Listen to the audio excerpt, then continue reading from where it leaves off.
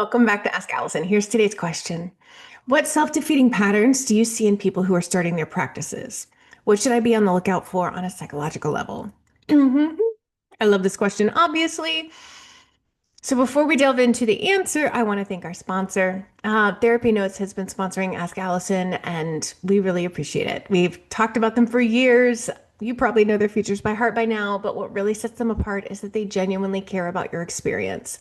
It's not just about troubleshooting, they actively implement user suggested features like therapy search, secure messaging, their new AI notes, real time insurance checks. Everyone at Therapy Notes believes in the product and they want you to love it too.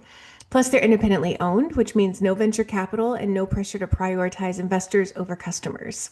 This independence allows them to keep prices fair, focus on innovation, and prioritize customer experience. With over 100,000 therapists already on board, they've proven you don't have to compromise success for quality. If you're ready to see for yourself, try Therapy Notes free for 2 months with the code ABUNDANT at therapynotes.com. All right, so as a therapist, we're going to assume that we have pretty good insight, right? We've been trained to reflect, to notice our thoughts and feelings, to help others do the same. You've probably experienced some major self growth in your personal life. But what happens when you start your own business, specifically if you're a private practice owner and entrepreneur? You're going to get hit with some uncomfortable truths about yourself, truths that can feel vulnerable and even messy. So, the self defeating patterns I see are as varied as the therapists I work with. So, I'm going to focus on how you can tune into your own patterns because the things that crop up while building a practice, they're never new. It's never your first rodeo with this problem. When I first started my practice, I thought I knew exactly who I was. I mean, I had a solid sense of my values, my mission, my approach to therapy. I had great self awareness, right?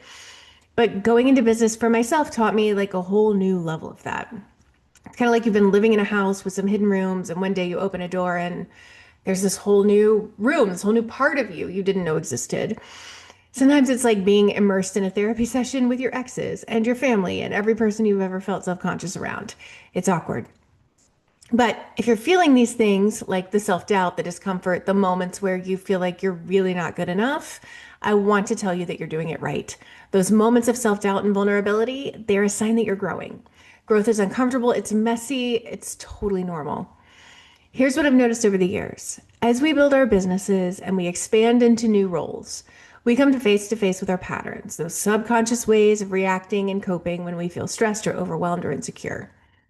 You might find yourself acting in ways that seem completely out of character, but in reality, these are deep-rooted patterns that you've had for years, and that's okay. That's what's important is that you recognize them and you act accordingly. I've got a pattern too. When I am passionate about something, when I'm really excited about a project or an idea, I go full steam ahead, which sounds really great on the surface. I get super focused, I'm all in, but then I forget to take breaks. I forget to rest. I forget that I had to pee an hour ago. And when I do this, especially over time, of course I'm going to hit a wall really hard. It's like the moment that you're driving and the gas light turns on, except I keep going until the car literally stops. And that's burnout. When I don't take care of myself, when I don't take time to recharge, that wall is inevitable. And it is covered in tears and frustration and sometimes a good bit of martyrdom. Maybe that sounds familiar to you. But the good news is it's avoidable. So, like over time, I learned that I had to consciously schedule self care into my schedule. I had to make it a part of my plan because without it, my pattern of burning out would just keep repeating. It became a non negotiable part of my routine to have some self care in there. I schedule regular breaks. I have time set aside for exercise, lunch with friends, family. And I want to make this really clear. Your pattern is probably different from mine. Maybe you're the type to procrastinate. Maybe you can't move forward with a project until everything is perfect, new photos, a fresh look, or the ideal version of yourself. Maybe you overeat, drink a little more wine than you'd like, or you turn to other forms of emotional escapism when the pressure gets too much. It's okay. Like we all have our patterns. And unfortunately, you probably won't even recognize your pattern until it's already in motion. It might take a moment of self reflection or a time when you hit a wall hard, like I tend to realize what's going on. But don't worry, the important thing is that once you recognize your pattern, you can interrupt it before it takes control. So, after you watch or listen to this, I want you to take 5 minutes, like actually set a timer for 5 minutes. This I want to do this exercise for self-awareness, and it's going to help you. So your free worksheet for this week has these questions. I want you to go through them.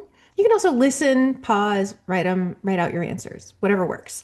Here are the questions. What are the early warning signs of my pattern behaviors?